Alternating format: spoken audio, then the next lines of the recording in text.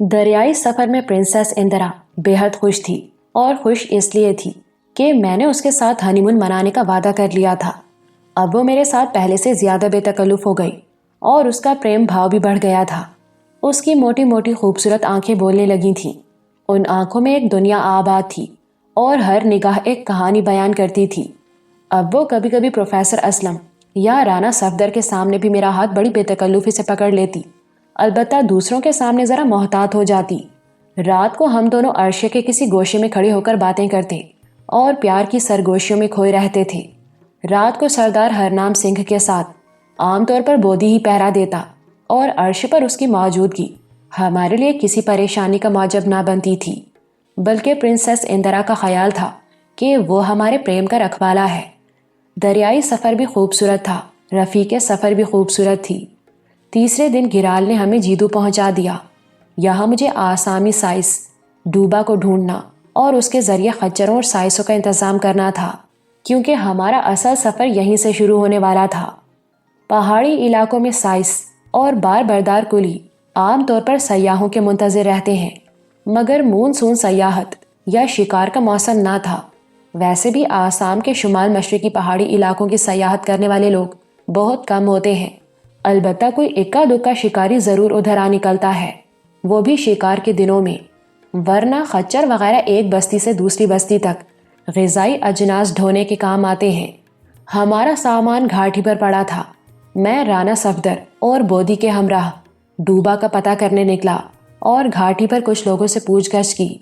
آسامی قبائلی ہماری زبان نہیں سمجھتے تھے، پھر بھی ایک آدمی سے پتہ چل گیا کہ ڈوبا سائس جیدو ہی میں رہتا ہے اور سائسی کرتا ہے، مگر اسے ڈوبا کے گھر کا علم نہ تھا۔ ہم اس کا ٹھکانہ معلوم کرتے پھر رہے تھے کہ ایک سرکاری پیادہ گھاٹ پر نمودار ہوا اور اس نے انگریزی میں راجستھان کی پرنسس اندرا کا پوچھا۔ میں آسام کی سرحدی بستی میں ایک آسامی پیادے سے پرنسس اندرا کا نام سن کر چونکا، مگر باتوں باتوں میں پتہ چلا کہ نئی دہلی کے انگریز کمشنر نے شمال مشرقی سرحدی ایجنسی کے پولیٹیکل ایجنٹ کے سیکریٹری کو ٹیلی گرام کے ذریعے راجستھان کی پرنسس اندرا کے آنے کی اطلاع دی اور تاکید کی تھی کہ پرنسس اور اس کے ساتھیوں کو سفری رہائش کی سہولت مہیا کی جائے۔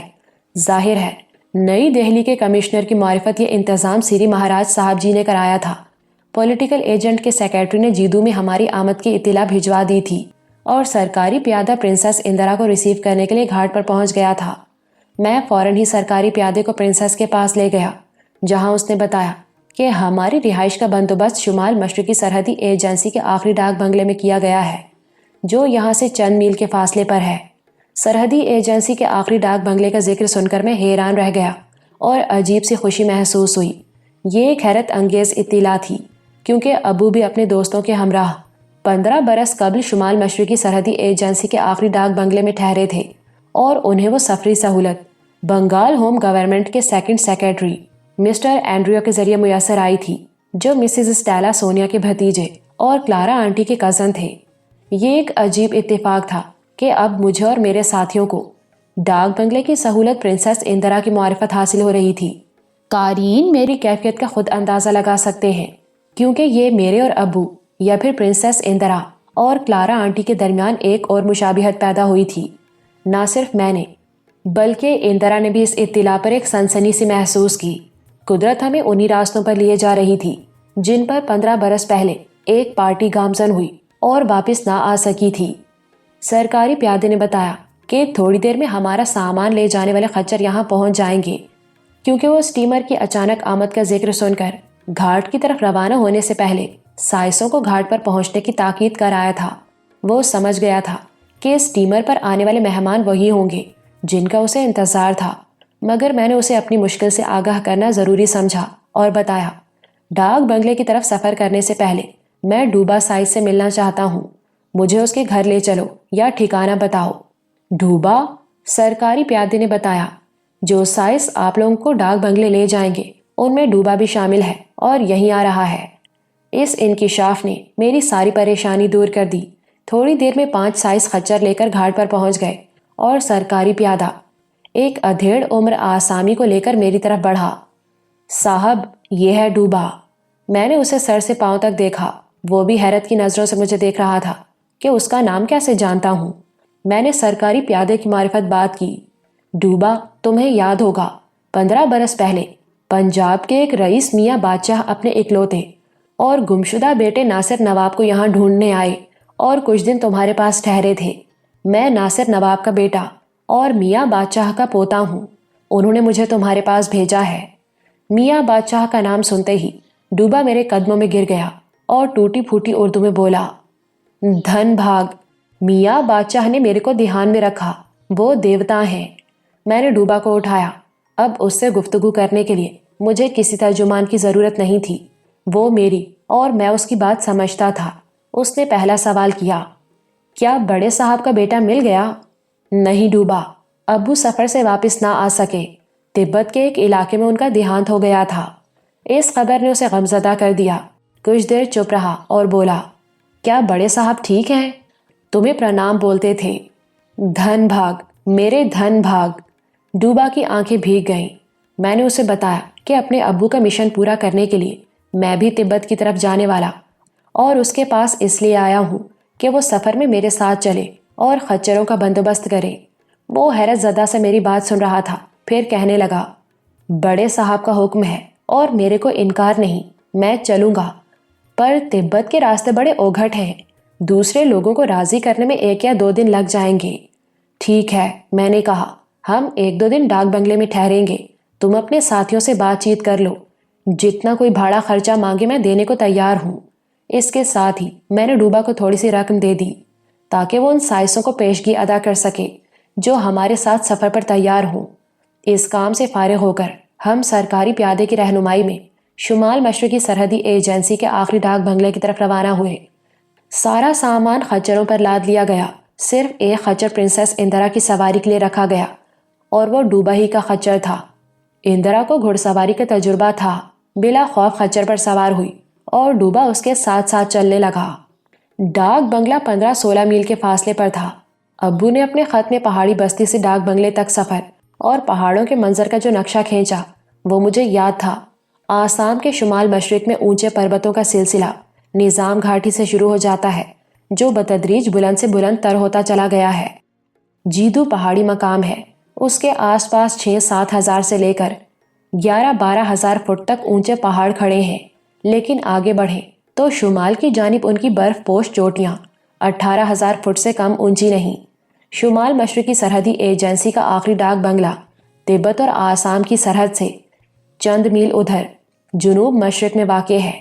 ہمیں 15-16 میل کا پہاڑی سفر پیادہ پا کرنا تھا، مگر پہاڑوں کی ڈھلانوں پر پھیلے جنگلوں اور بہتے چشموں کے منظر اس قدر دل آویز تھے کہ سفر کا احساس نہ ہوا۔ ان پروتوں کے درمیان ایچ پیچ کھاتا راستہ انہی مناظر کی دلچسپی میں کٹ گیا اور ہم بادلوں کی چھاؤں میں چلتے ساپہر کو سرسبز پہاڑوں سے گھری ہوئی اس وادی پر بہار میں پہنچ گئے جہاں ڈاک بنگلے کی سنگو چوب سے تعمیر کی گئی عمارت واقعی کسی جادو محل کا نقشہ پیش کر رہی تھی۔ قارئین، اس داستان اسرار کے شروع ہی میں ڈاک بنگلے کے محل وقوع، رومان آفرین ماحول اور ارد گرد بکھرے خوابگو نظاروں کے علاوہ اس کی خوبصورت عمارت کے بارے میں وہ ساری معلومات پڑھ چکے ہیں جو ابو نے اپنے خط میں تفصیل کے ساتھ رقم کر دی تھیں۔ انہوں نے اس وادی و طلسم و حسن کی جو دلکش تصویر الفاظ میں کھینچی تھی، میں اس میں کوئی اضافہ نہیں کر سکتا۔ مغرب میں وہی پست قامت چھتری دار درختوں کا چھدرا سا جنگل جو دور پربت کی ڈھلان تک چلا گیا تھا، اس پربت سے اترتا ہوا ایک چشمہ جو ناگن کی طرح بل کھاتا چھدرے جنگل سے گزرتا تھا، وادی کے وسط میں وہی 1.5-2 فرلانگ طویل ٹیلا جو کسی کچھوے کی کھوپڑی کی مانند ابھرا ہوا تھا، اس ٹیلے کے گرد ایک آبی کوس بناتا ہو وہی چشمہ جس کا ذکر اوپر کر چکا ہوں۔ ٹیلے پر پتھروں، ساگوان اور مہاگنی کی بنی ہوئی وہی طلسمی عمارت جس کے چمنی دان سارس کی گردن کی طرح خمدار تھے، اور ٹیلے پر جانے کے لیے اس کے قدموں میں بہتے ہوئے چشمے پر وہی چوبی پلیا جس پر شہتیر بچھے تھے۔ تصویر کا ایک ایک خط، ایک ایک نقش میرے سامنے تھا، البتہ اس نقشے میں ایک حسین منظر کا اضافہ ہو گیا تھا، اور وہ اضافہ اناروں اور خوبانیوں کے باغ کی شکل میں تھا جو کبڑے ٹیلے کے دامن میں 2 ایکڑ تک پھیلتا چلا گیا تھا، اور چشمہ اس گھنے اور خوشنما باغ سے کسی نہر بہشت کی طرح گزرتا ہوا ایک خواب آفرین منظر پیش کرتا تھا۔ میں اس باغ کو دیکھ کر حیران سے رہ گیا کیونکہ ابو کے خط میں اس کا ذکر نہیں تھا، لیکن درختوں اور پودوں کو دیکھ کر یہ اندازہ لگانا مشکل نہ تھا کہ باغ یہاں ان کی آمد اور قیام کے بعد لگایا گیا ہوگا۔ چنانچہ میں نے سرکاری پیادے سے، جو جیدو سے ہمیں اپنی رہنمائی میں لے کر آیا تھا، باغ کا ذکر کیا تو اس نے میرے خیال کی تصدیق کر دی اور بتایا کہ شمال مشرقی سرحدی ایجنسی کے ایک انگریز افسر نے، جسے یہ جگہ بے حد پسند آئی تھی، کوئی 12 برس قبل یہاں باغ لگوایا، اور اس مقصد کے لیے وہ کئی مہینے ڈاک بنگلے میں ٹھہرا رہا تھا تاکہ سب کام اس کی نگرانی میں مکمل ہو جائیں۔ باغ کے ساتھ جہاں ڈاک بنگلے کی خوبصورتی میں اضافہ ہو گیا، وہاں اس کا عملہ بھی پہلے سے بڑھ گیا تھا، کیونکہ پھلدار درختوں کی دیکھ بھال اور آبیاری کے لیے 2-3 مالی رکھے گئے تھے۔ سرکاری پیادے نے بتایا کہ جس انگریز افسر نے یہ باغ لگوایا تھا وہ صرف 3 سال قبل ریٹائر ہو کر انگلستان جا چکا ہے۔ پرنسس اندرا نے، جو خچر سے نیچے اتر آئی اور میرے ساتھ چل رہی تھی، اس وادی جنت نظیر کو دیکھا۔ پربت کی ترائی میں چھدرے جنگل اور ٹیلے کے دامن میں دور تک پھیلے گھنے اور خوشنما باغ پر نظر ڈالی، ان کے درمیان پیچ و خم کھاتے چشمے کا نظارہ کیا، پھر کبڑے ٹیلے پر سنگو چوب کی خوبصورت عمارت کو چشمے حیرت سے دیکھا تو بے اختیار پکار اٹھی، ونڈرفل، بیوٹیفل، اور اس کی زبان سے یہ لفظ سن کر میرے پورے جسم میں سنسنی دوڑ گئی، بلکہ یہ کہنا مناسب ہوگا کہ میں کانپ اٹھا۔ قارئین کو یاد ہوگا جب کلارا آنٹی ابو کے ساتھ اس وادی پربہار میں داخل ہوئی تھی تو اس نے بھی وادی کی دلکشی اور عمارت کی سحر آفرینی کے بارے میں بالکل یہی الفاظ استعمال کیے تھے۔ پرنسس اندرا اور کلارا آنٹی کے درمیان جو مماثلتیں پیدا ہوتی جا رہی تھیں، ان میں کردار کے علاوہ الفاظ کی یہ مماثلت اور ہم آہنگی میرے دل میں خطرہ بن کر دھڑکنے لگی۔ اندرا وادی کے نظارے میں اتنی محو تھی کہ میرے چہرے پر بکھر جانے والی حیرت نہ دیکھ سکی۔ میں نے فوراً خود کو سنبھال لیا۔ یہ بھی بتاتا چلوں کہ ترائی کا وہ راستہ جو ڈاک بنگلے کی طرف جاتا تھا، اناروں اور خوبانیوں کے گھنے باغ کے درمیان سے گزرتا اور چشمے کی چوبی پلیا پر پہنچتا تھا، جسے عبور کر کے ہمیں ٹیلے کے اوپر جانا تھا۔ سرکاری پیادہ میرے اور پرنسس اندرا کے آگے اور ڈوبا خچر کی لگام تھامے ہمارے پیچھے پیچھے آ رہا تھا، باقی سب لوگ اس کے عقب میں تھے۔ جب ہم باغ میں چلتے پلیا کی طرف بڑھ رہے تھے، اچانک پرنسس نے سرگوشی کی، تم نے مثنوی بدر منیر والے سپنے میں ایسا ہی باغ دیکھا ہوگا جہاں میں تمہیں نہر کے کنارے چھپر کھٹ پر لے جاتی ہوں۔ میں نے چونک کر اس کی طرف دیکھا تو وہ میری پریشان سی حالت پر مسکرا دی۔ ارے تم اتنے حیران کیوں ہو گئے؟ پربتوں سے گھری وادی مجھے تو ایک سپنا سا لگتی ہے، باغ بھی ہے، نہر بھی ہے، تو کہیں چھپر کھٹ بھی ہوگا۔ میں اس کی باتوں پر ایک عجیب سی پریشانی، ایک لطیف سی حیرانی میں کھو گیا۔ اگرچہ میرے خواب کا نقشہ ہو ایسا نہ تھا، پھر بھی اس وادی پربہار میں ایک باغ اور اس میں بہتا چشمہ میرے خواب کی ایک تعبیر ضرور مہیا کر رہا تھا۔ سب سے حیرت انگیز بات یہ تھی کہ آسام کے اس علاقے میں پروگرام کے مطابق ہمیں جیدو میں ڈوبا سائز کو تلاش کرنا اور اس کے ہاں ٹھہرنا تھا، مگر یہ وہم و گمان میں بھی نہ تھا کہ بالکل غیر متوقع طور پر ہماری رہائش کا انتظام شمال مشرقی سرحدی ایجنسی کے آخری ڈاک بنگلے میں ہو جائے گا، جہاں اس عرصے میں ایک گھنے اور خوشنما باغ کا اضافہ بھی ہو چکا ہوگا اور جس پر اندرا کو میرے خواب کی تعبیر کا گمان ہوگا۔ پراسرار قدرت کا نظام کچھ ایسا حیرت انگیز اور عظیم حکمتوں پر مبنی ہے کہ آدمی کا ذہن اس کا احاطہ نہیں کر سکتا۔ یہاں ایک اتفاق دوسرے اتفاق کا، ایک واقعہ دوسرے واقعے کا سبب بنتا ہے۔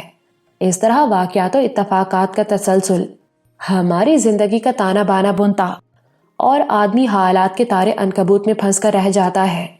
بعض لوگوں نے جو کائنات کا بغور مطالعہ کرتے اور اس کی گردش و رفتار کا جائزہ لیتے ہیں، یہ بھی کہا ہے کہ دنیا میں بہت سی باتیں بار بار دہرائی جاتی ہیں، اور جو کچھ ماضی میں تھا وہی آج ہے۔ سورج ہر صبح ایک افق سے نکلتا اور ہر شام دوسرے افق میں ڈوب جاتا ہے۔ چاند کے طلوع و غروب کے اوقات اور ستاروں کی گردشیں مقرر ہیں۔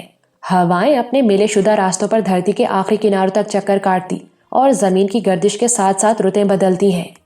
موسم تبدیل ہوتے ہیں۔ 365 دنوں کے چکر میں کبھی گرمی، کبھی سردی، کبھی بہار، کبھی خزاں، کبھی بادلوں کے جھمگٹے اور کبھی آسمان پر جلتے سورج کے نیچے دھرتی کا سفر جاری رہتا ہے، اور دھرتی کے اس سفر میں ہم کائنات کے طبعی عوامل کو یکسانی کے ساتھ رنگ بدلتے اور ایک ہی پڑاؤ سے بار بار گزرتے دیکھتے ہیں۔ ایک ہی عمل یا ایک ہی واقعہ بار بار نمودار ہوتا ہے۔ جس طرح دھرتی اور کائنات کے سفر میں ایک تسلسل دکھائی دیتا ہے، اسی طرح زندگی کا سفر بھی ایک تواتر کے ساتھ جاری رہتا ہے، اور ایک ایک کر کے زمین انسان کو نگل جاتی مگر خود قائم رہتی ہے۔ کوئی امیر ہو یا غریب، نیک ہو یا بد، حاکم ہو یا محکوم، پادری پنڈت مولوی ہو یا زانی شرابی اور چور ڈاکو، ایک حادثہ سب پر گزرتا ہے، اور یہ ایسا حادثہ ہے جو محبت اور عداوت کے رشتے کاٹ دیتا ہے۔ جب تک آدمی جیتا ہے دھرتی کا دیا اناج اور پھل کھاتا ہے، اور جب مر جاتا ہے دھرتی اسے کھا جاتی ہے۔ جس طرح زمین اور اس کے موسم اپنی طے شدہ منزلوں سے گزرتے ہیں، اسی طرح زندگی اور موت کے واقعات بھی ایک ہی مقررہ دائرے میں رونما ہوتے ہیں، اور ہر بیٹا اپنے باپ کے راستے پر چلتا ہے۔ اگرچہ جو لوگ حالات زمانہ کی رسیوں میں جکڑے رہتے ہیں، اپنے گرد و پیش پر گہری نظر نہیں ڈالتے، اور انہیں محسوس نہیں ہوتا کہ ذرا سی تبدیلی کے ساتھ دنیا میں سب کچھ وہی ہو رہا ہے جو پہلے ہوتا رہا، اور ہر آدمی اسی راستے پر گامزن ہے جس پر اس کے آباء و اجداد گزرے تھے۔ پھر بھی بعض گھرانوں یا بعض انسانوں کو پیش آنے والے اتفاقات میں اس قدر مشابہت ہوتی ہے کہ آدمی قدم قدم پر چونک اٹھتا اور ان واقعات یا اتفاقات کی یکسانی سے کوئی نتیجہ بھی اخذ کر لیتا ہے۔ پرنسس اندرا اور کلارا آنٹی یا پھر میرے اور ابو کے حالات میں یکسانی کا حیرت انگیز عمل بھی کچھ ایسا ہی تھا، اور جوں میں اس پر غور کرتا، میرے ذہن کے کسی گوشے میں چھپے خطرے کسی کالے ناگ کی طرح پھن پھیلا کر کھڑے ہو جاتے کہ شاید ہم بھی اس سفر سے لوٹ نہ سکیں۔ باغ سے گزرتے ہوئے اندرا تو مثنوی بدر منیر والے واقعے کے بارے میں سوچ رہی تھی کہ اسے تعبیر کا جامہ کیسے پہنایا جائے، لیکن میرا ذہن عجیب و غریب اتفاقات کے تسلسل میں الجھ گیا، اور میں سوچنے لگا کہ ہر سفر کی ایک منزل اور ہر آغاز کا ایک انجام ہوتا ہے، پھر ہمارا انجام کیا ہوگا؟ سوچ میں یہ پتہ ہی نہ چلا کہ ہم کب باغ سے گزر آئے اور کب چوبی پلیا عبور کر کے کبڑے ٹیلے کے خمدار ڈھلان راستے پر چلتے ڈاک بنگلے کے پھاٹک پر پہنچ گئے۔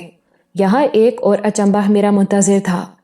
پھاٹک پر بوڑھا نیپالی چوکیدار کچھ ملازموں کے ساتھ ہمارے سواگت کے لیے کھڑا تھا، اور ابھی سرکاری پیادے نے اسے سمجھانے کے لیے زبان کھولی ہی تھی کہ نیپالی چوکیدار مجھے دیکھ کر یوں بھونچ کا سا رہ گیا جیسے اس نے کوئی عجوبہ دیکھ لیا ہو، گویا میں ابھی ابھی آسمان سے اترا یا بطنِ زمین سے نکل آیا تھا۔ فرتے تحیر سے اس کی آنکھیں پھٹی کی پھٹی رہ گئیں اور ہونٹ کپ کپانے لگے۔ میں سمجھ گیا کہ مجھے دیکھ کر وہ اس قدر حیرت زدہ کیوں ہو گیا ہے، لہٰذا اسے بتایا، میں ناصر نواب کا بیٹا امجد ناصر ہوں۔ ابو 15 برس پہلے اسی ڈاک بنگلے میں ٹھہرے تھے، اور انہوں نے ہمیں یہاں سے جو خط لکھا اس میں تمہارا ذکر بھی کیا تھا۔ قارئین بھی چوکیدار کی حیرت کا سبب سمجھ گئے ہوں گے۔ اسے میری شکل پر ابو کا گمان ہوا تھا۔ اب اس کی حیران سی نظروں میں ایک اور سوال تھا۔ میں نے وہ ان پوچھا سوال بھی بوجھ لیا اور جواب دیا۔ ابو تبت کے سفر سے واپس نہیں آ سکے تھے۔ وہ بودے کی حالت دیکھ کر بھی پریشان ہو گیا، جو اپنی قوت گویائی کھو بیٹھا اور میرے پیچھے آ کر کھڑا ہو گیا تھا۔ ایک دو پل غمگین اور افسردہ سا مجھے دیکھتا رہا، پھر آگے بڑھ کر میرے پاؤں چھونے لگا اور بولا، میں آپ کا سواگت کرتا ہوں۔ پھر ہمیں اپنے ساتھ لے کر ڈاک بنگلے میں داخل ہوا۔ پرانے ملازموں میں وہی ایک باقی رہ گیا تھا۔ اسے معلوم تھا کہ راجپوتانے کی کوئی راجکماری یہاں قیام کرے گی، جس کے لیے نئی دہلی سے ہدایت آئی تھی، مگر یہ بات اسے معلوم نہ تھی کہ راجکماری کے ہمراہ پنجاب کے کچھ لوگ ہوں گے، اور ان میں ناصر نواب کا ہم شکل بیٹا بھی ڈاک بنگلے کا مہمان ہوگا۔ نیپالی چوکیدار ابو کے حادثے پر بڑا اداس ہو گیا اور مجھے بتانے لگا، جب بڑے صاحب میاں بادشاہ اپنے بیٹے کی تلاش میں یہاں آئے تو ان کی حالت مجھ سے دیکھی نہ گئی۔ ان کے جانے کے بعد میں کئی دن پریشان رہا، مگر اس نے یہ نہیں پوچھا کہ 15 برس کے بعد میں اپنی پارٹی کے ساتھ، جس میں راجپوتانے کی ایک راجکماری بھی شامل ہے، یہاں کیا لینے آیا ہوں۔ پرنسس اندرا کے لیے ڈاک بنگلے میں ایک خاص کمرہ آراستہ کر دیا گیا تھا، اور یہ جان کر حیرت ہوئی کہ وہ خاص کمرہ، جو اس عمارت کے شمالی مشرقی گوشے میں واقع اور محرابی دروازوں اور کھڑکیوں سے الف لیلوی سا منظر پیش کرتا تھا، 12 برس قبل اسی انگریز افسر نے تعمیر کرایا تھا، جس نے یہاں ایک خوبصورت باغ کا اضافہ بھی کیا۔ پرنسس اس کمرے کو دیکھ کر بڑی خوش ہوئی۔ میرے اور پروفیسر اسلم کے حصے میں وہی کمرہ آیا جہاں ابو نے قیام کیا تھا۔ یہ بات مجھے چوکیدار ہی نے بتائی۔ سب لوگ تھکے ماندے تھے، مگر ڈاک بنگلے کی طلسمی عمارت اور ارد گرد کے سحر آفرین ماحول کو دیکھ کر تھکاوٹ کا احساس جاتا رہا۔ آسمان پر کبھی کبھی بادلوں کے ڈھول بج اٹھتے تھے، گھنے گھور بادلوں کے ساتھ۔ رات کے اندھیرے نے بھی اس وادی حسین کو کالی چادر میں لپیٹ لیا۔ ڈاک بنگلے کا نیا رسویا ایک بنگالی تھا جس نے بڑا لذیذ کھانا تیار کیا۔ ہم لوگ اپنے اپنے کمرے میں رات کا کھانا کھا رہے تھے کہ اچانک بجلی کا کڑکا ہوا اور پربتوں میں گھرے ہوئے سیاہ بادل برس پڑے۔ مون سون کی وہ برستی بھیگتی رات اسرار میں لپٹی ہوئی تھی۔ کھانے سے فارغ ہونے اور قہوہ پینے کے بعد سب لوگ اپنے اپنے بستروں میں دبک گئے تھے۔ میرے مہربان اور شفیق استاد پروفیسر اسلم ویسے ہی رات کو جلد سو جانے کے عادی تھے۔ اس رات بھی وہ ایک انگریزی میگزین پڑھتے پڑھتے سو گئے، مگر مجھے نیند نہیں آ رہی تھی۔ باہر چھماچھم پانی برس رہا تھا، بادل گرج رہے تھے، کوندے لپک رہے تھے۔ ادھر میرے اندر ایک اور ہی کشمکش جاری تھی۔ پریشان خیالات طوفانی ہوا کی طرح ذہن کے دریچے کھٹکھٹا رہے تھے اور کوئی پوچھ رہا تھا، کیا پرنسس اندرا اور کلارا آنٹی کے مزاج اور حالات میں حیرت انگیز مشابہت محض اتفاقیہ ہے یا پھر تقدیر ہمیں وادی اجل کی طرف ہانک کر لیے جا رہی ہے؟ اس سوال کا جواب یہ تھا کہ اتفاقیہ مماثلت ایک بار ہوتی ہے، دو بار ہوتی ہے، بار بار نہیں ہوتی۔ مگر یہاں تو اتفاقات کا ایک عجیب و غریب تسلسل قائم ہے۔ ہم انہی راستوں پر سفر کر رہے ہیں جن سے وہ گزرے تھے، محبت کی اسی رسی میں اسیر ہیں جس میں وہ دونوں بندھے ہوئے تھے۔ اور جب کہ سفر وہی ہے، راستے وہی ہیں، منزل وہی ہے، تو انجام مختلف کیسے ہوگا؟ اس خیال کے ساتھ ہی جسم میں ایک ٹھنڈی لہر سرسراتی چلی گئی۔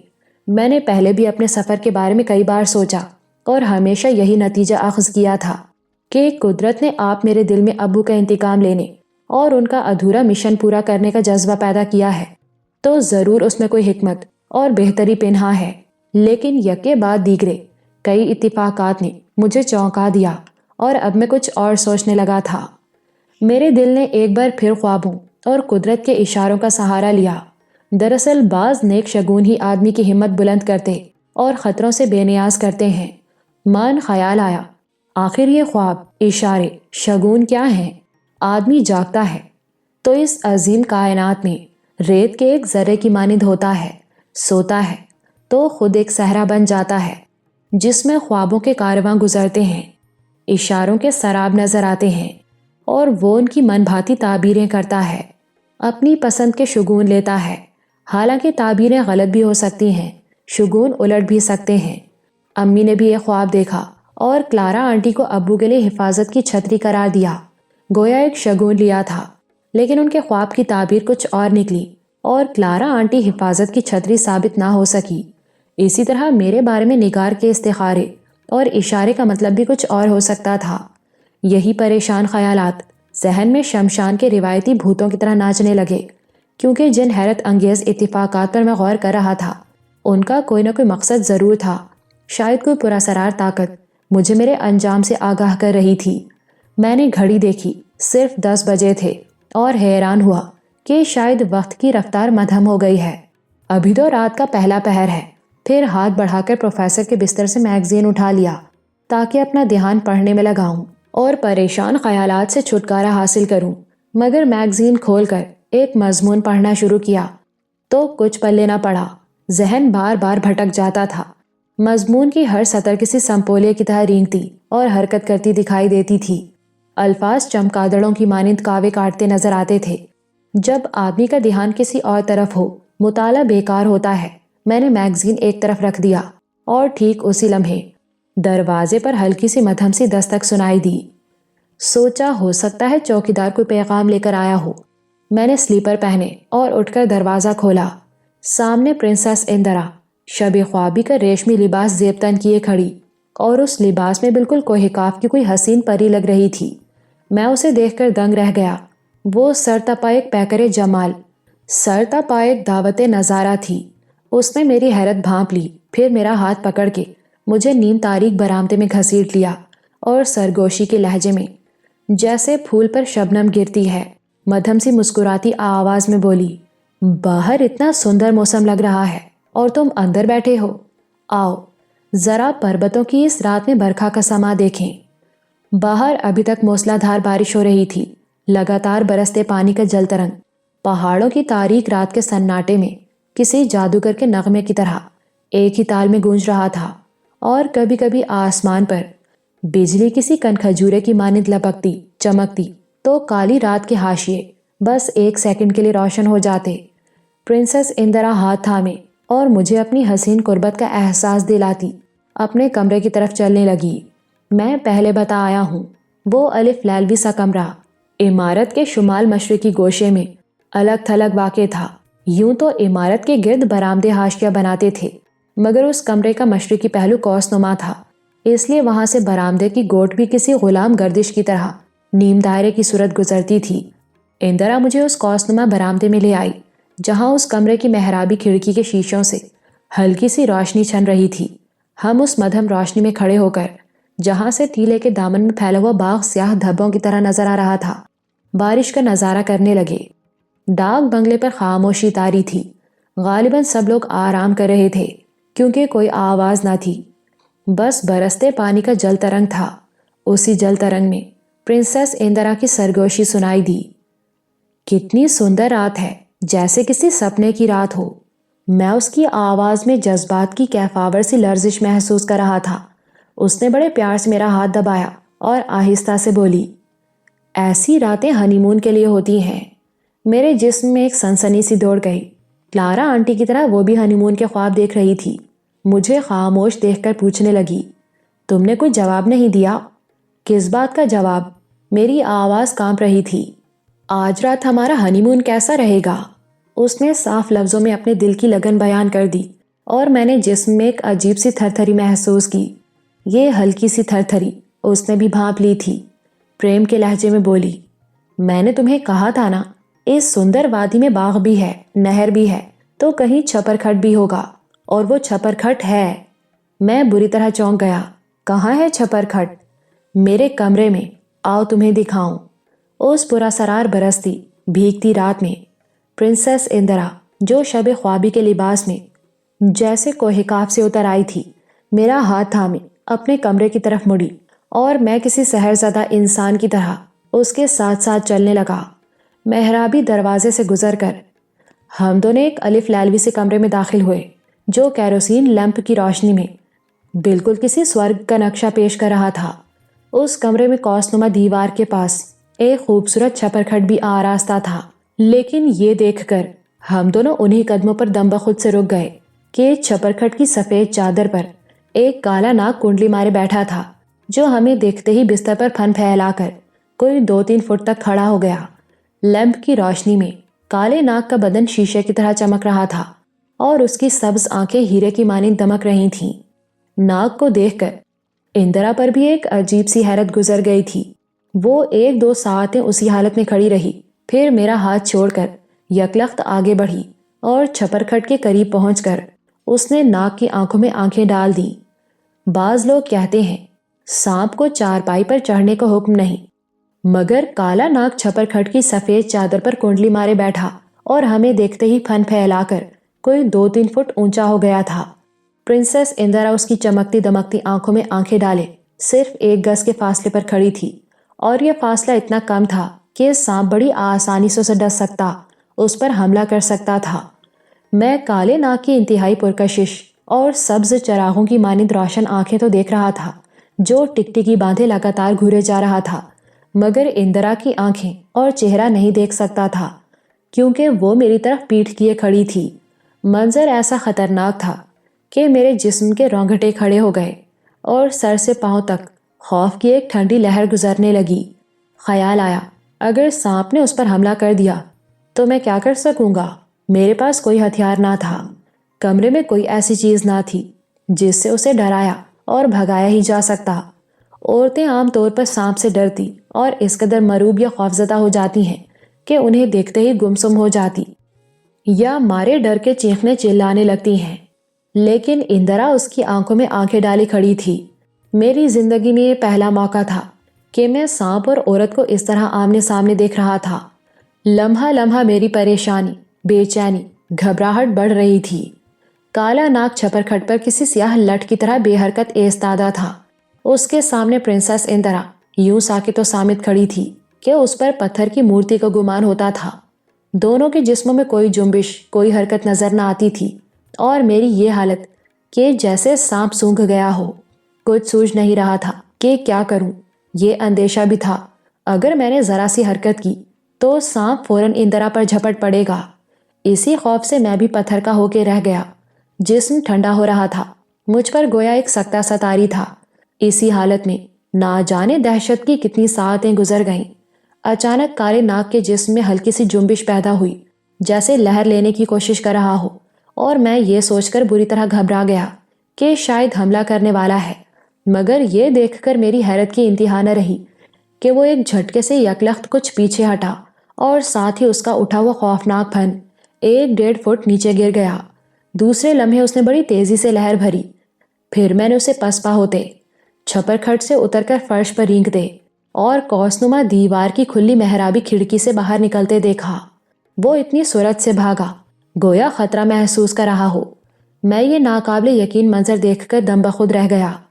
سانپ کو فرار ہوتے دیکھ کر بھی اندرا اپنی جگہ سے نہ ہلی، بلکہ بدستور اس پر نظریں جمائے کھڑی رہی۔ جب وہ کھڑکی کی دہلیز پار کر کے نیم تاریک برآمدے میں رینگ گیا تو جلدی سے مڑی اور میرے قریب سے گزرتی دروازے کی طرف لپکی۔ میں حیران پریشان سا اس کے پیچھے ہو لیا۔ برآمدے میں، جہاں کھلی کھڑکی سے چھن کر آنے والی مدھم سی روشنی رات کے اندھیرے سے گلے مل رہی تھی، کچھ بھی نہ تھا۔ اس نیم تاریکی میں کالا ناگ کہیں دکھائی نہ دے سکا۔ وہ بڑی گھبراہٹ یا شتابی میں کسی طرف نکل گیا تھا یا کہیں چھپ گیا، اور میں ڈر رہا تھا کہ نہ جانے کب وہ پھر نکل آئے اور حملہ کر دے۔ باہر ابھی تک میہ برس رہا تھا اور رات کے اندھیرے میں لپٹی وادی اس کے جل ترنگ سے گونج رہی تھی۔ پرنسس اندرا نیم تاریک برآمدے میں ادھر ادھر دیکھتی اس کی ہلالی محراب کی طرف بڑھی۔ میں ساتھ ساتھ تھا۔ اس محراب میں کھڑے ہو کر ہم نے نشیب پر نظر ڈالی، مگر کچھ دکھائی نہ دیا۔ ہر شے برستے پانی اور اندھیرے میں گھل مل گئی تھی۔ ناگہاں بجلی چمکی اور پلک جھپکنے کی ساتھ میں بل کھاتا بھاگتا دوڑتا کالا ناگ دور نشیب میں اترتا اور اناروں کے باغ کی طرف بڑھتا نظر آیا۔ ہم صرف اس کی ایک جھلک دیکھ سکے، کیونکہ سیاہی کی چادر نے پھر پوری وادی کو ڈھانپ لیا تھا۔ ہم 1 یا 2 منٹ برآمدے کی محراب میں کھڑے رہے۔ وہ خاموش تھی، میں چپ تھا۔ اچانک اس کی آواز نے مجھے چونکا دیا۔ آؤ کمرے میں چلیں۔ اس نے میرا ہاتھ پکڑ لیا اور ایک بار پھر مجھے اپنے کمرے میں لے آئی۔ میں ابھی تک اس واقعے کی سنسنی سے دوچار تھا جس نے میری نبضوں میں ٹھنڈی لہر دوڑا دی تھی، مگر میں نے محسوس کیا کہ اندرا کا ہاتھ گرم ہے۔ ہم دونوں چھپر کھٹ کے پاس آ کر کھڑے ہو گئے۔ اساطیری روایات کے مطابق سانپ آدم کی جنت میں داخل ہوا تو اس نے حوا کو نیک و بد کی پہچان کے درخت کا پھل کھانے کی ترغیب دی، جس کے کھانے کی خدا نے ممانعت کر دی تھی۔ مگر عورت نے جو دیکھا کہ وہ درخت کھانے کے لیے اچھا اور آنکھوں کو خوشنما معلوم ہوتا ہے اور عقل بخشنے کے لیے خوب ہے، تو اس کے پھل میں سے لیا اور کھایا، اور شوہر کو بھی دیا، اس نے کھایا۔ تب دونوں کی آنکھیں کھل گئیں اور ان کو معلوم ہوا کہ وہ برہنہ ہیں۔ یہ خدا کی پہلی نافرمانی تھی جو سانپ کے اکسانے پر کی گئی تھی، اور خداوند خدا نے سانپ سے کہا، اس لیے کہ تو نے یہ کیا، تو سب چوپایوں اور دشتی جانوروں میں ملعون ٹھہرا۔ تو اپنے پیٹ کے بل چلے گا اور عمر بھر خاک چاٹے گا، اور میں تیرے اور عورت کے درمیان اور تیری نسل اور عورت کی نسل کے درمیان عداوت ڈالوں گا۔ وہ تیرے سر کو کچلے گی اور تو اس کی ایڑی پر کاٹے گا۔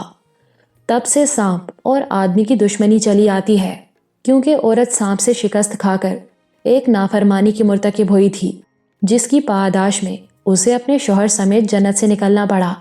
لیکن شمال مشرقی سرحدی ایجنسی کے آخری ڈاک بنگلے پر میں نے اس پراسرار برستی بھیگتی رات میں ایک سانپ کو عورت سے شکست کھاتے اور فرار ہوتے دیکھا، تو مجھے وہ ساری باتیں یاد آ گئیں جو پرنسس اندرا نے ٹرین میں ناگ پنجمی کے حوالے سے کی تھیں۔ ہندو عقیدے کے مطابق ناگ دیوتا دھرتی کی 7ویں پاتال میں رہتا اور وشنو بھگوان اس کے بستر پر لیٹتا اور سمندر کی سیر کرتا ہے۔ اندرا مجھے یہ بتا چکی تھی کہ جب سے جنگل کے سادھو مہاتما نے اسے وشنو کی کوڑی دی ہے، وہ ناگوں اور ناگنوں میں دلچسپی لینے لگی اور ان کے ساتھ اپنا کوئی تعلق محسوس کرتی ہے۔ ناگ اور ناری میں کیا تعلق ہو سکتا ہے یہ تو میں نہیں جانتا، مگر اس کی آنکھوں کی سحر انگیز کشش اور بے پناہ طاقت سے انکار نہیں کر سکتا تھا۔ میں نے بچشم خود دیکھ لیا تھا کہ خطرناک کالا ناگ جس نے مجھے حواس باختہ کر دیا تھا، اس کی آنکھوں کی تاب نہ لا کر پسپا ہو گیا، بلکہ یوں لگتا تھا کہ اس نے ناگ کی چمکتی دمکتی آنکھوں میں آنکھیں ڈال کر سرزنش کی تھی یا حکم دیا تھا کہ وہ یہاں سے چلا جائے، اور وہ خوفزدہ ہو کر چلا گیا تھا۔ معلوم نہیں یہ واقعی اس کوڑی کا اثر تھا جو اسے سادھو مہاتما نے بھیٹ کی، یا اس کی آنکھیں قدرتی طور پر سحر انگیز تھیں، مگر ان آنکھوں میں ایک غیر معمولی کشش اور ایک انوکھی طاقت تھی ضرور جس نے ناگ کو پسپا کر دیا تھا۔ چھپر کھٹ کے پاس کھڑی کھڑی وہ جو ہی میری جانب مڑی، میں نے اس کی موٹی موٹی خوبصورت آنکھوں میں جھانکا اور وہ مسکرا کے بولی، کیا دیکھ رہے ہو میری آنکھوں میں؟ ان آنکھوں کی خوبصورتی دیکھی تھی، آج طاقت اور کشش دیکھی ہے۔ میری آنکھوں کی شکتی کو مان گئے ہو نا؟ آج تو سچ مچ تم پر ناگ رانی کا شبہ ہونے لگا ہے۔ اس کے ہونٹوں پر گالوں پر ایک دل نواز تبسم بکھر گیا اور آنکھیں مسکرانے لگیں، مگر کچھ بولی نہیں۔ میری زبان سے ناگ رانی کا نام سن کر سارے جسم پر مسکراہٹ دوڑ گئی تھی۔ میں نے پوچھا، ناگ دیوتا تمہارے کمرے میں کیسے آ گیا تھا؟ ساون کے دن ہے، میری بو سونگھ لی ہوگی۔ میں جانتا تھا برسات کے موسم میں سانپ بلوں سے نکل آتے اور ادھر ادھر پھرتے رہتے ہیں۔ ناگ پنچمی کا تہوار بھی ساون کی 5 تاریخ کو منایا جاتا ہے۔ انہی ایام میں ناگنیں مستی میں جھومتی اور اپنی مہک چھوڑتی ہیں، مگر اندرا کی بات نے مجھے چونکا دیا اور میں اس کے چہرے کی طرف دیکھنے لگا۔ ڈاک بنگلے میں اور بھی بہت سے لوگ ہیں، مگر اس نے صرف تمہاری بو کیوں سونگھی؟ ارے اتنے مردوں میں صرف میں ہی تو ایک ناری ہوں، اگر وہ ناگن ہوتی تو کسی اور کمرے میں چلی جاتی۔ ناگ تھا، میرے کمرے میں آ گیا۔ میں دنگ رہ گیا، مگر معلوم ہوتا تھا وہ بحث ختم کرنا چاہتی ہے۔ کہنے لگی، چھوڑو ان باتوں کو، دیکھو یہ ہے چھپر کھٹ اور میں تمہارے سامنے کھڑی ہوں، کوئی ایسی بات کرو جس سے برکھا کی یہ بھیگی رات کچھ اور سندر ہو جائے۔ ابھی تک میں نے اس کے لباس اور سنگھار پر توجہ نہیں دی تھی، بس یوں ہی اس پر کوہ کاف کی پری کا گمان گزرا۔ برآمدے کی تاریکی میں اس کا انیلا اور انوکھا روپ دیکھنے کا موقع نہ مل سکا تھا۔ کمرے میں آئے تو چھپر کھٹ پر کنڈلی مارے پھن پھیلائے کالے ناگ نے حواس باختہ کر دیا، مگر اب کیروسین لیمپ کی روشنی میں اسے غور سے دیکھا تو نقش حیرت بن کے رہ گیا۔ اس کی اوڑھنی ہوا کی طرح سبک، حباب کی مانند مہین اور سر سے کاندھے پر ڈھلک آئی تھی۔ ریشمی کرتے کے گریبان پر بٹن کی جگہ ایک چھوٹا سا گول الماس ستارے کی طرح جھلملا رہا تھا۔ کرتی بھی جواہر نگار تھی جس سے کرنیں پھوٹ رہی تھیں۔ کرتی کی آستینیں شانوں سے ذرا نیچے ختم ہو گئی تھیں اور سڈول بازوؤں پر موتیوں کی 2 لڑیاں بندھی تھیں۔ یہ دیکھ کر میری حیرت کی حد نہ رہی کہ پرنسس اندرا نے ریشمی بالوں کو 2 حصوں میں بانٹ کر چوٹیاں بنا رکھی تھیں، اور دونوں چوٹیوں میں لمبے لمبے سیاہ منہ باف گوندھے گئے تھے، جن کے پھندوں میں کناری کا زینی فیتا چمک رہا تھا اور دونوں پھندے کوہلوں سے نیچے گر رہے تھے۔ گورے گورے پاؤں میں سرخ مخمل کی سلیم شاہی جوتیاں تھیں جن پر زردوزی کا خوبصورت کام کیا گیا تھا۔ وہ سر سے پاؤں تک تصویر جمال تھی۔ میں نے اسے سر سے پاؤں تک چشمے حیرت سے دیکھا۔ ایک مشرقی بلکہ اودھ کی حسینہ کے روپ میں ایک قیامت نظر آئی۔ یہ کہنا زیادہ موزوں ہوگا کہ وہ میرے سامنے مثنوی میر حسن کی شہزادی بدر منیر کے روپ میں کھڑی تھی، اور ایسا انیلا اور چمکیلا تھا وہ روپ جو دل میں چاہت کی آگ بھڑکا رہا تھا۔ کچھ ہی دیر پہلے کالے ناگ کی پسپائی کے اچنبے سے 2 چار ہوا اور اب ایک نئی حیرت جمال میں گم تھا۔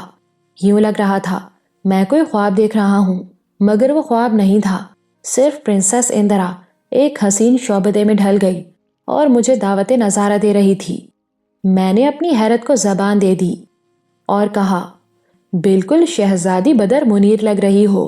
اس نے مسکراتے ہونٹوں سے تھوڑی سی وضاحت کی، میں نے یہ لباس خود تیار کرایا اور اس لیے ساتھ لے کر آئی کہ سفر میں اگر ایسی وادی میں پڑا ہوا جہاں کوئی باغ اور باغ میں نہر ہوئی تو میں بدر منیر بن کر تمہارے سامنے آؤں اور تمہیں چھپر کھٹ پر لے جاؤں تاکہ ایک سپنا پورا ہو۔ اس نے جو روپ دھار لیا اور جو لباس پہن رکھا تھا اس میں سر سے پاؤں تک ہر انگ بے عیب اور انتہائی خوبصورت نظر آ رہا تھا، اور متناسب جسم میں پہلے سے کہیں زیادہ لطافت اور دلکشی پیدا ہو گئی تھی۔ پرنسس اندرا جیسی حسین پروکار دوشیزہ کے ساتھ ملاپ کی راحت بڑی خیال آفریں تھی، اور ایسی راحت یقیناً کسی خوش نصیب کے حصے میں آتی ہے۔ مگر تھوڑی دیر پہلے اسی کمرے میں اسی چھپر کھٹ پر ایک کالے ناگ کو دیکھ کر میرے جسم میں خوف کی جو لہر پیدا ہوئی اس کی ہلکی سی تھر تھراہٹ ابھی باقی تھی۔ یہ خیال بھی ذہن کو ڈس رہا تھا کہ اس کے ساتھ میرا عقد تو ہوا نہیں، پھر سپنے کی تکمیل کیسی؟ اسی لمحے مجھے اچانک یاد آیا کہ اسی وادی پر بہار میں سیر کے دوران کلارا آنٹی کو بھی سانپ کا حادثہ پیش آیا تھا، جس کا سر ابو کے پستول کی گولی نے پاش پاش کر دیا، اور اسی حادثے کے بعد پروفیسر ہرش اور اسٹیلا سونیا نے ان کی شادی طے کر دی تھی۔ کلارا آنٹی اور پرنسس اندرا کے درمیان یہ ایک اور مماثلت نکل آئی تھی جس نے میرے اس اندیشے کو مزید پختہ کر دیا کہ شاید ہم دونوں بھی کسی بھیانک انجام سے دوچار ہونے والے ہیں۔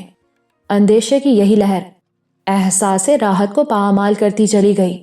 میں بیک وقت دو کیفیتوں سے دوچار تھا۔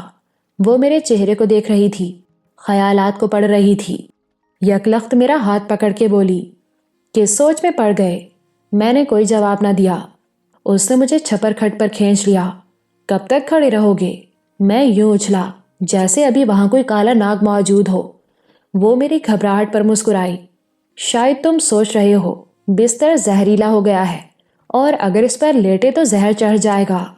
میں نے سر کے اشارے سے اس کے خیال کی تائید کی، اور کیا کرتا، مگر اس نے پھر میرا ہاتھ پکڑ لیا اور بولی، بیٹھو، کچھ نہیں ہوگا، تمہارا وہم دور کرنے کے لیے میں چادر بدل دوں گی۔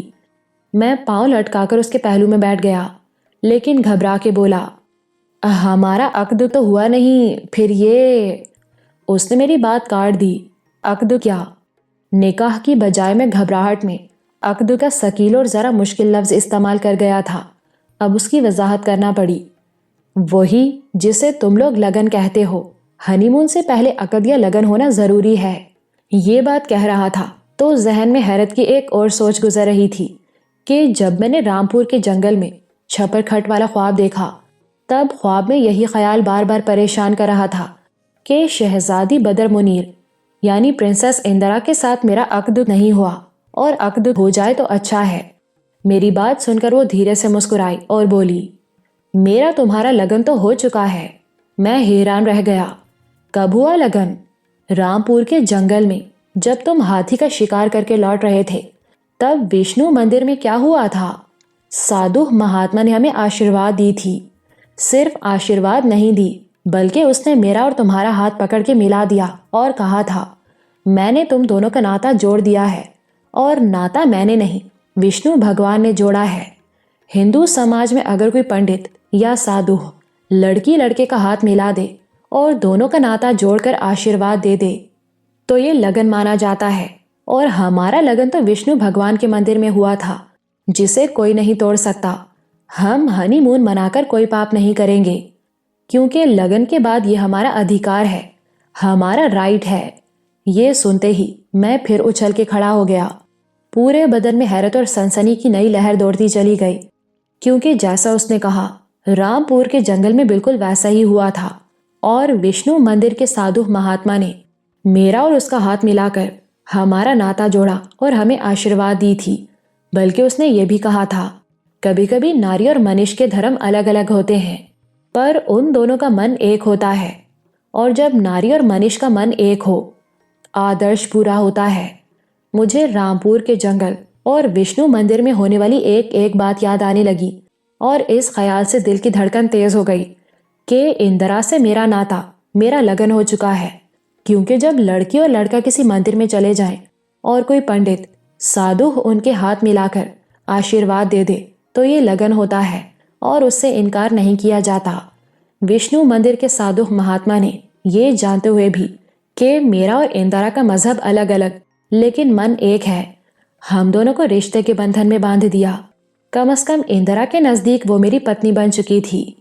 یہ بھی سوچا، سفر کے دوران وہ کئی بار اشاروں، کئی بار کھلے لفظوں میں ملاپ اور ہنی مون کا ذکر کرتی رہی، جسے میں اس کے پریم کی نادانی یا جوانی کی بھول سمجھتا رہا، کیونکہ عقد یا لگن کے بغیر مرد عورت کا ملاپ نادانی اور بھول ہی نہیں، پاپ اور گناہ بھی ہے۔ لیکن یہ بات تو اب کھلی کہ اس نے مجھے پاپ کی دعوت نہیں دی، بلکہ مجھ سے اپنا ادھیکار، اپنا حق مانگ رہی تھی۔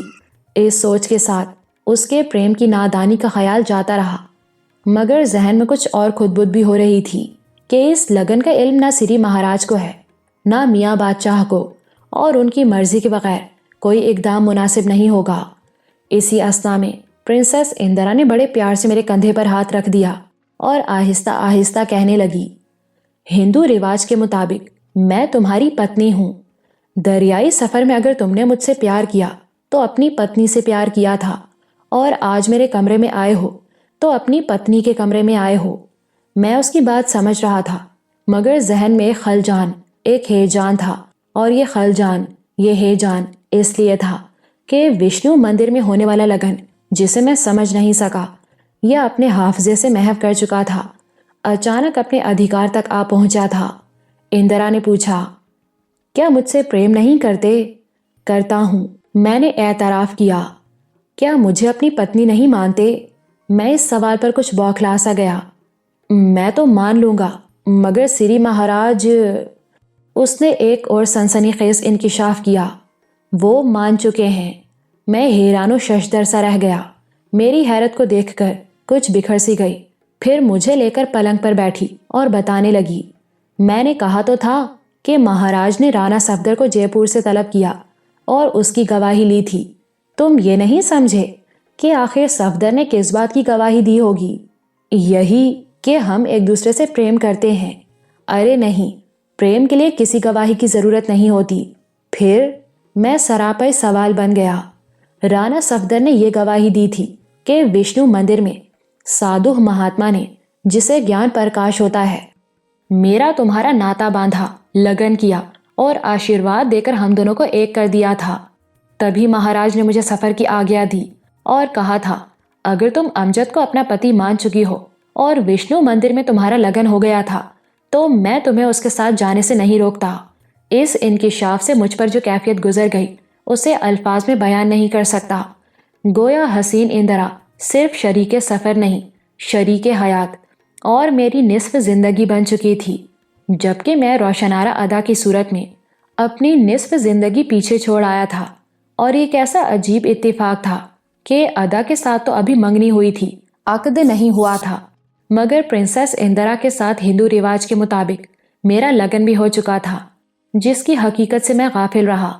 وہ ٹرین میں، سٹیمر میں، سفر کے دوران اشاروں کنایوں سے مجھے کچھ اور سمجھاتی رہی، میں کچھ اور سمجھتا رہا، مگر اب ذہن پر چھایا غبار صاف ہو گیا اور میں سوچنے لگا، وہ بازی جیت رہی ہے کیونکہ اس کے پاس رنگ کا پتہ ہے اور میں بے رنگ ہوں۔ اس کے الفاظ میری قسمت پر لگن، پیار کی مہر لگا رہے تھے اور میں اس کی بات سے انکار نہ کر سکتا تھا۔ پھر دل میں سمندری جوار کی طرح پیار کی ترنگ اٹھی، ایک موجے جذبات ابھری اور میں نے پوچھا، تم نے یہ ساری باتیں مجھے پہلے ہی کیوں نہیں بتا دی تھیں؟